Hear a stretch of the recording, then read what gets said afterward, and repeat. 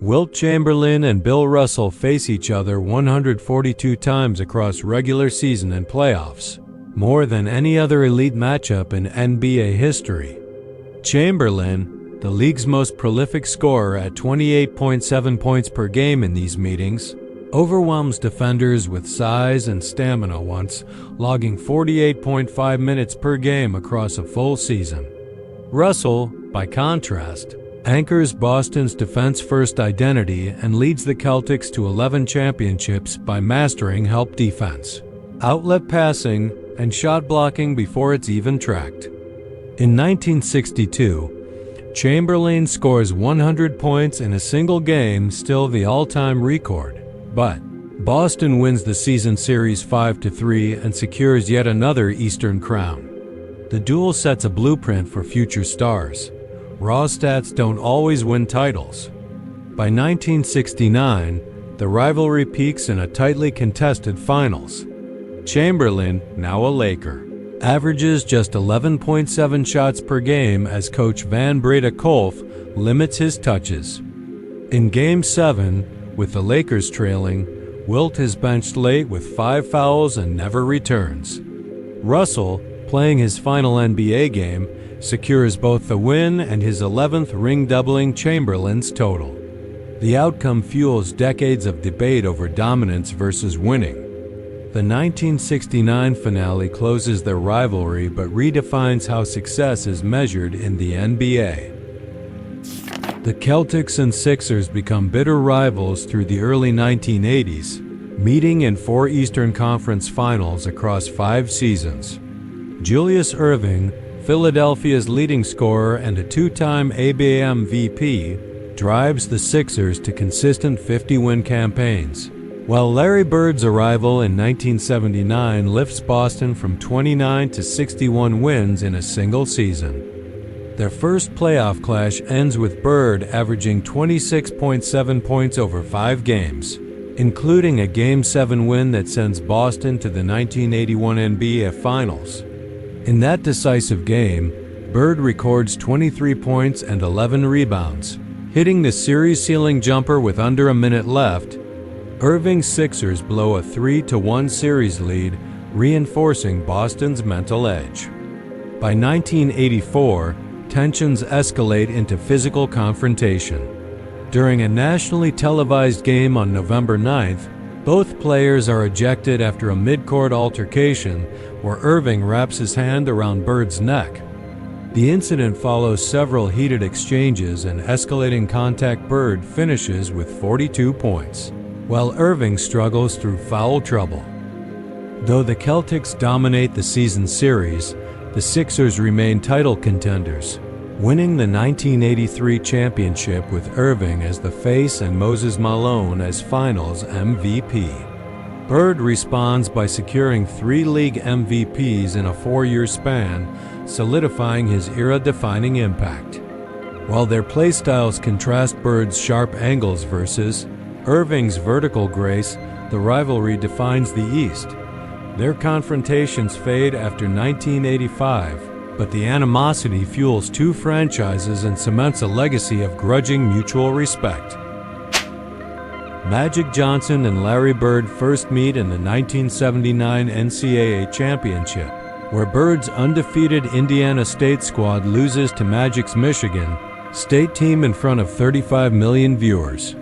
That broadcast sets an NCAA ratings record and signals the beginning of a rivalry the NBA soon inherits.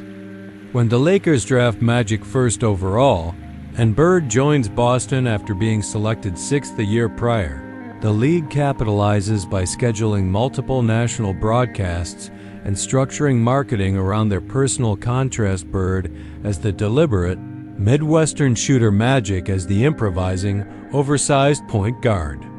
In their rookie seasons, Magic wins a title and Bird wins Rookie of the Year. Their paths diverge briefly but converge again 5 years later on the sport's biggest stage.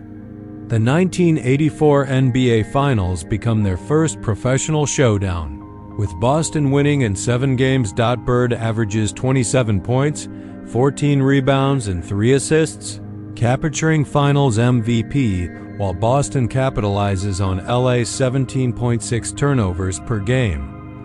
Magic faces heavy criticism after a series of late-game mistakes, including a dribble out in Game 2 and 2 missed free throws in Game 4. The following year, Magic responds in kind, averaging 18.3 points and 14 assists, in a 6-game redemption arc that restores his postseason reputation and evens their finals record at 1-1. 2 seasons later, the 1987 finals provide their final and most definitive clash.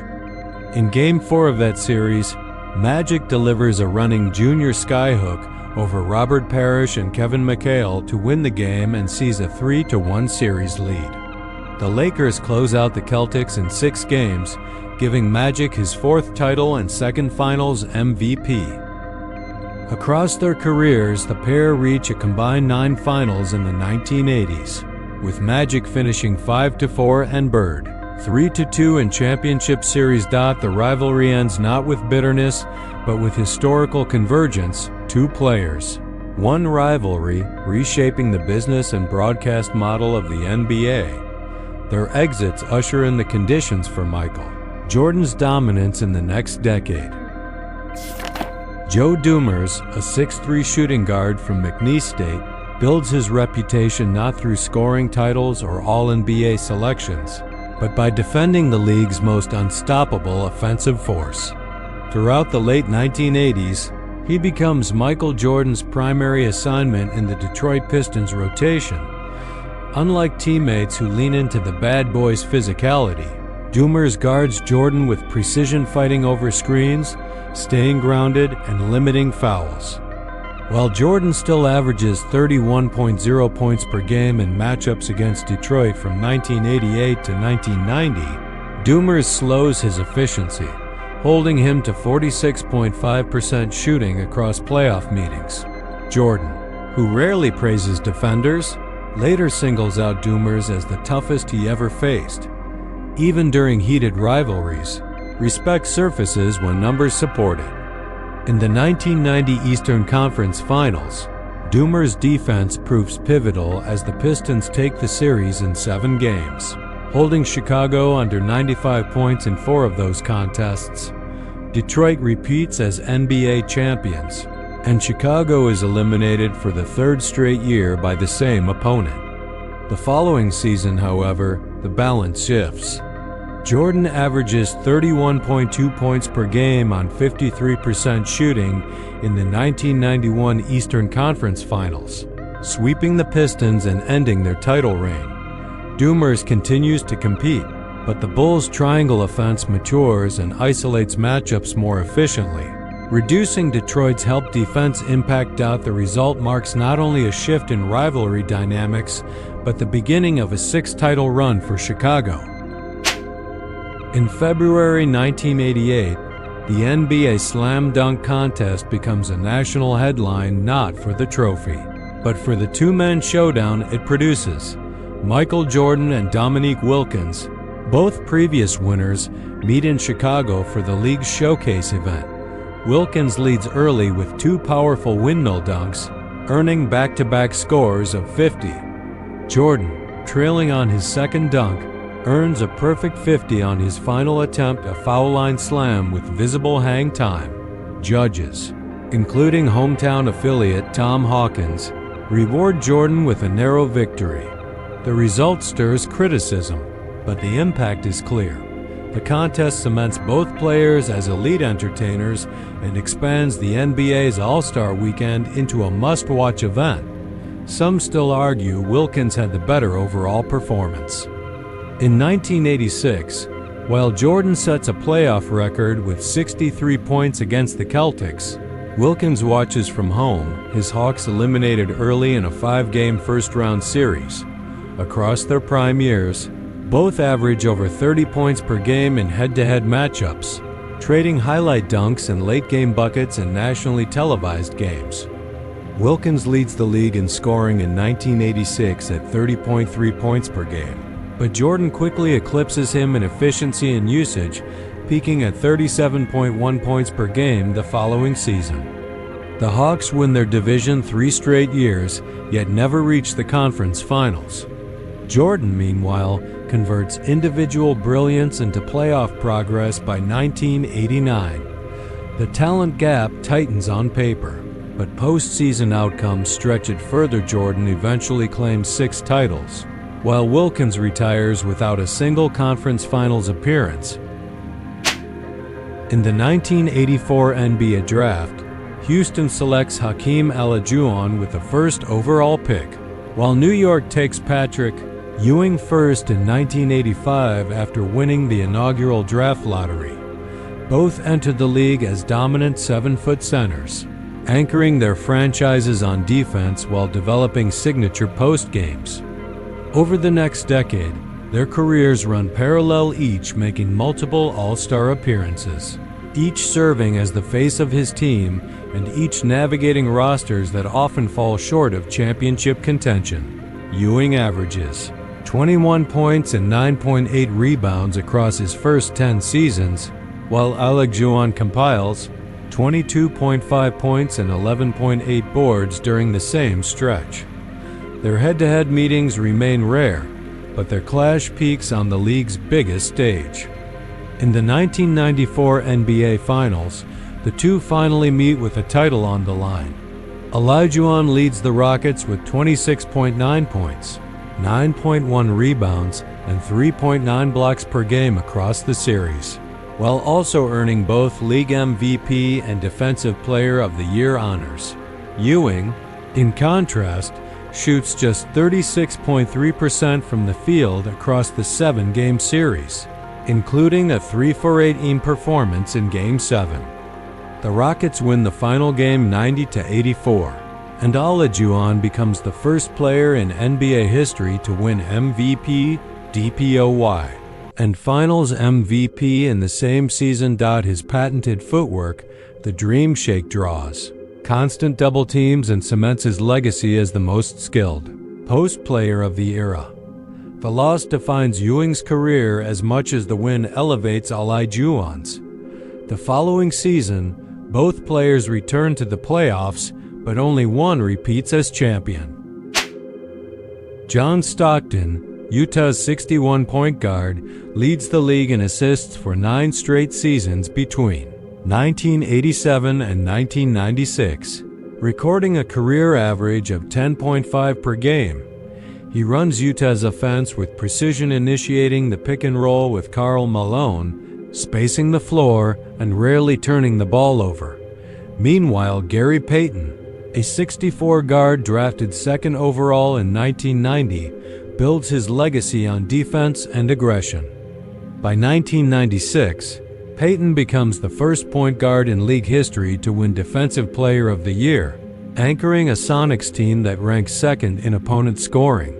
Their rivalry peaks in the 1996 Western Conference Finals, where Seattle's perimeter pressure led by Payton forces Stockton into 3.4 turnovers per game, well above his career norm. The series stretches to 7 games, with Seattle advancing after holding Utah to 86.7 points across their 4 wins.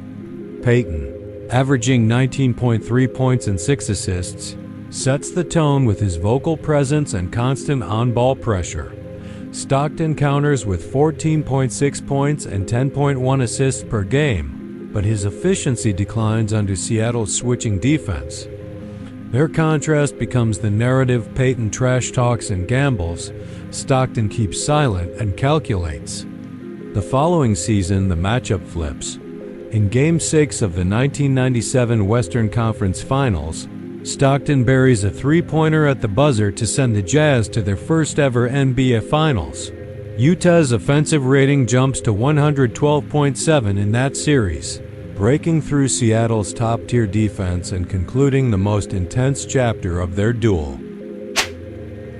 Between 1999 and 2004, the Lakers and Spurs meet 4 times in the Western Conference playoffs, splitting the series 2 apiece.